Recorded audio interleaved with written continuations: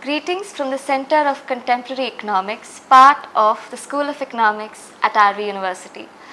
As a part of the first episode of our podcast series, we are pleased to interview Dr. K James on the subject of demography, data and development. Let me introduce our speaker. So, Dr. James is the former director and senior professor at the International Institute for Population Sciences, Mumbai. He held the position of Professor of Population Studies at Jawaharlal Nehru University, New Delhi, before joining IIPS. He is currently a senior research scientist at Tulane University, USA. He holds a postdoctoral training from Harvard Center for Population and Development, Harvard University, USA, and PhD from Jawaharlal Nehru University, New Delhi. He works extensively on demographic changes with focus on population and development. The other area of his interest is on data system and measurement. He has published widely on demographic transition and demographic dividend in India in journals such as Science, Lancet Global Health, BMC Public Health, Social Science and Medicine, Population and Development Review, Population Studies, Aging International, Brown Journal of World Affairs, Economic and Political Weekly, etc. He has been a visiting fellow in many prestigious institutes and universities including Harvard University, USA, London School of Economics, UK, International Institute for Applied System Analysis, Austria, University of Southampton, UK, and University of Groningen, the Netherlands. First question. India's demographic dividend is maturing. How can India's current economic policies be adjusted to maximize its benefits, especially under global uncertainty? Okay, so thank you. It actually all depends on how do you really understand demographic dividend and what is demographic dividend. You see, what is demographic dividend? Demographic dividend comes when there is a change in the age structure. And age structure change can only happen there is a fertility transition. So demographic dividend is primarily happens because of a fertility transition. And when there is a low fertility, the people who are born in the past who are now adults, so they are large in numbers, so they can really give a dividend because they can really engage in labor market and give a dividend. And within a household, if you really look at the household level, there will be 2 people working and there will be 2 children. Earlier there were 5 children. So the dependency ratio is so different. But in that case, then you have to see who has to be engaged. You see, the men has always been engaged in labor market. There is the work participation of men, as I told you earlier, it was always been 80 to 90%. Or it is around that in all countries of the world. So it is actually the women who were earlier spending a lot of their time in childbearing and child rearing. Now actually they have more time really productively engaged in labor market, which can, if they come to the labor number will double, and also at the household level, both of them will be earning, and then there will be a progress, living standards will improve. So what policies really we need to really bring women into the labor market now, which is actually one of the lowest in India. I think many can, even in the states where actually there is a demographic transition has happened, like in Kerala or in other states, even those states it is actually one of the lowest work participation of women, which is many people really look at why it is so. That is why there are a lot of policy initiatives are necessary really to enhance women's work participation, which will improve the living standards of the people, which will improve the per capita income altogether, which will also improve the growth, overall growth of the nation. That is where we need a complete overhaul if you really want to achieve demographic dividend.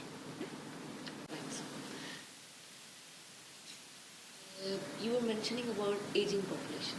So the question is, India's rapidly aging population poses financial strain on social security systems. What innovative solutions can be implemented to ensure well-being of the elderly without jeopardizing sustainability of the social security systems? Now, this social security system, the fiscal constraints on social security system is not only for India, but it's all for all developed nations also. And it's primarily because of the aging.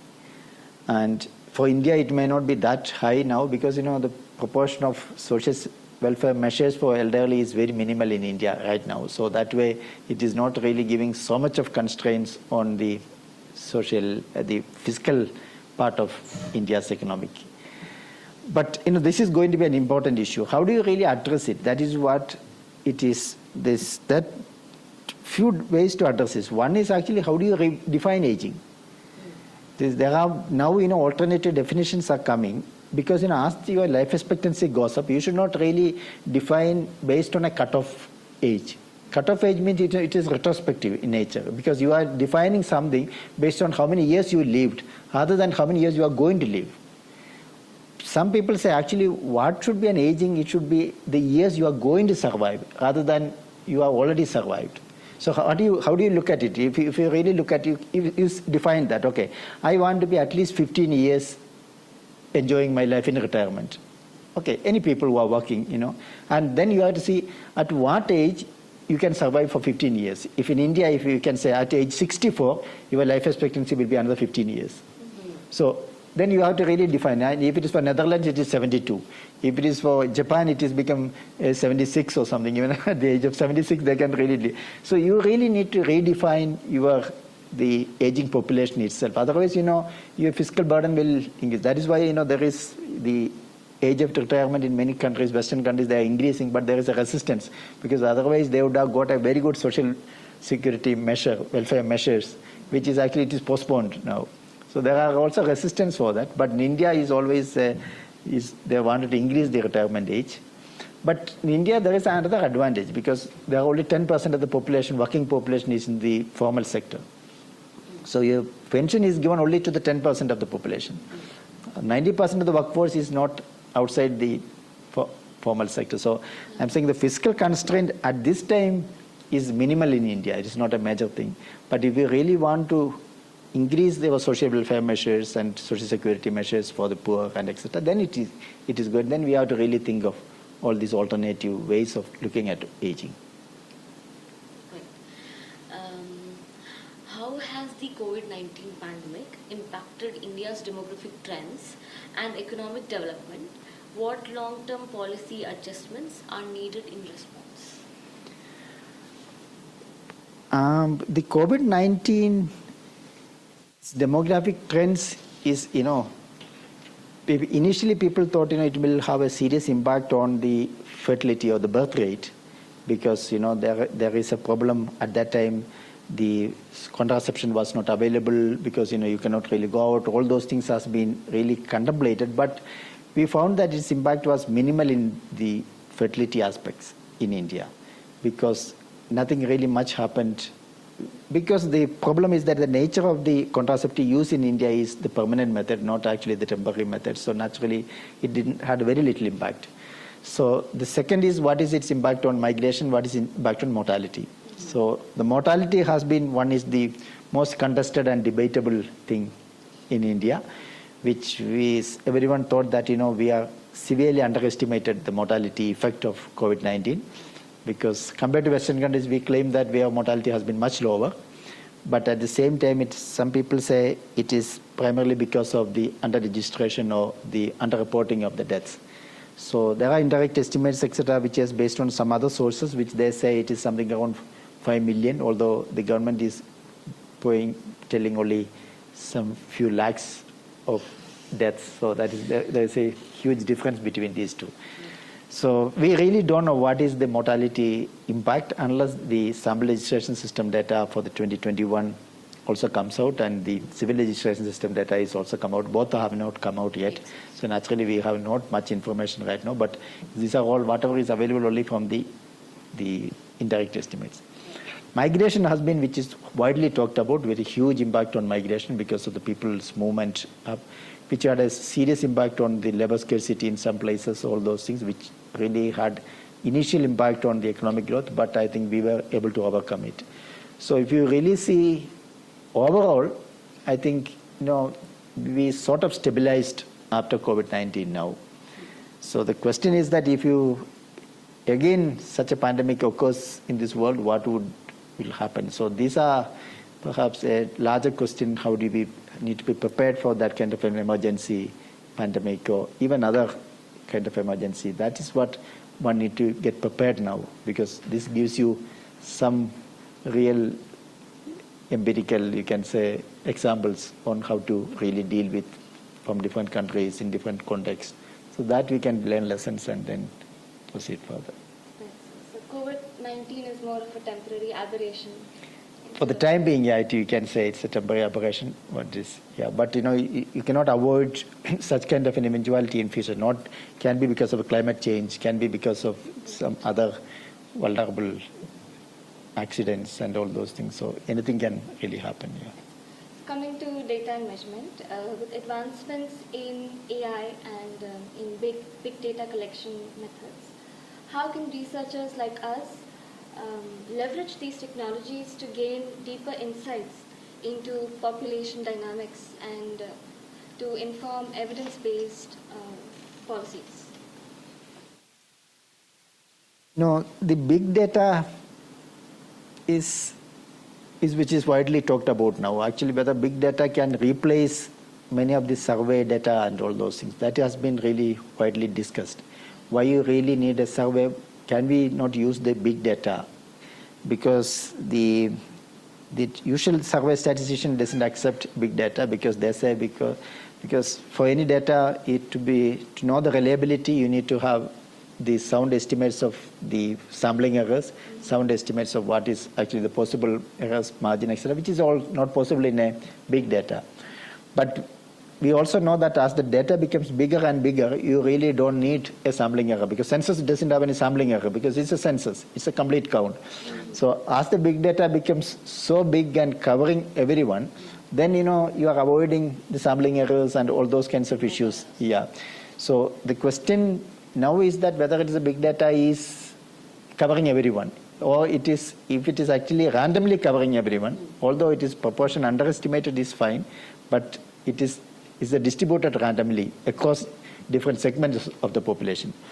But the doubt people raise is that it may not cover some segment of the population, especially the poor, vulnerable, etc. So you may not get information from them. So information you get is only from certain sections of the population. So that is one issue they say. But companies etc. are widely using it, although government is hesitant to use big data in a big respect. But in the future, I'm sure all of us may depend upon that. But whether it's big data or it's a small data, what is important is really to emphasize on evidence-based decision making. That is most important. For that, data should be there. Data should be there for a public discourse. Unless there is a public discourse, many of these policies will not come, programs will not be efficient and all those things. So everything works on pressures. Students study because they know that there is an exam, so I have to study. If there is an exam, they will be much more relaxed. So it is, I think, that pressure has to be built up. Pressure has to be built up from the people who are using it, by media, by writing about it, through journalism, by scientific writing. These are all very, very important. This is actually hallmark of any developed nations. So you really need to move to that direction. So following big data, what ethical considerations and privacy concerns need to be addressed during data collection when it comes to population studies? No, there are a lot of ethical consideration. You can go to different levels of it. One is, ensuring privacy, which is a much easier thing. So ensuring privacy nowadays, you can really, because that is why I told you, if you are an investigator is not really part of that village. If an investigator is from outside, people will not have much of a privacy problem, because that investigator will not have any direct connection with that place. So, but if an investigator is from that village, then if you are asking a very sensitive question, then you are revealing a sensitive question, and if that investigator then reveals it to others, then it's a problem. So that's an ethical thing, which may not be there usually in surveys, and hiding the identity exercise with the computer age, it becomes much easier. So it's not. But there are a lot of other ethical consideration people say in a survey, because, suppose in NFHS, we go to the field and collect information about your anemia level and then tell you that you are anemic. But you are not going to the next household who are also poor, who are also wanted this information, who also was looking for it, because you cannot go there because your sample methodology is such a way that you can only select that household, you are not allowed to select any other households. And after that you select the next 10th households. So what about the people in these, why they are being denied all this? There are a lot of such kind of ethical questions, especially in RCTs, because RCTs become increasingly important now in design of the survey. You provide some services and then look at whether it is successful or not successful. Because if you really want to know whether some programs will succeed, you need to have some experiments to it. So they use these RCT methods, where some people are given, some people are not given. These are all ethical issues many people really nowadays they discuss. Whether it is right to deny some people because they are not part of your methodology or design. So I'm saying there are a lot of issues within that. I think people really discuss about hiding, whether not revealing information, which is much easier, because which NFHS or NSSO is doing now, which we hide all the information and then release the microdata to everyone. But no one can really identify from which village or from which households it is, because all these identification marks have been deleted. So that's the easiest thing. But there are a lot of other ethical issues which we really need to think in research. So, but in terms of big data, doesn't it inherently violate privacy? Not necessary, but that is what I know. It is actually how do you really deal with the data. Many of the big data which you're speaking about, whether it is, say, the Facebook or anything, you yourself reveal it. You are ready to reveal your identity, you are ready to reveal your whatever, through your message, you are telling so many things. From that, people really convert that information into data. That is an entirely different thing. But in big data, in any data, I'm saying it is possible to really hide the identity and then really make it into a good data systems. So that is possible, but it's an effort one has to really make. That wraps up the interview, sir. Thank you very much. Okay, thank you, thanks.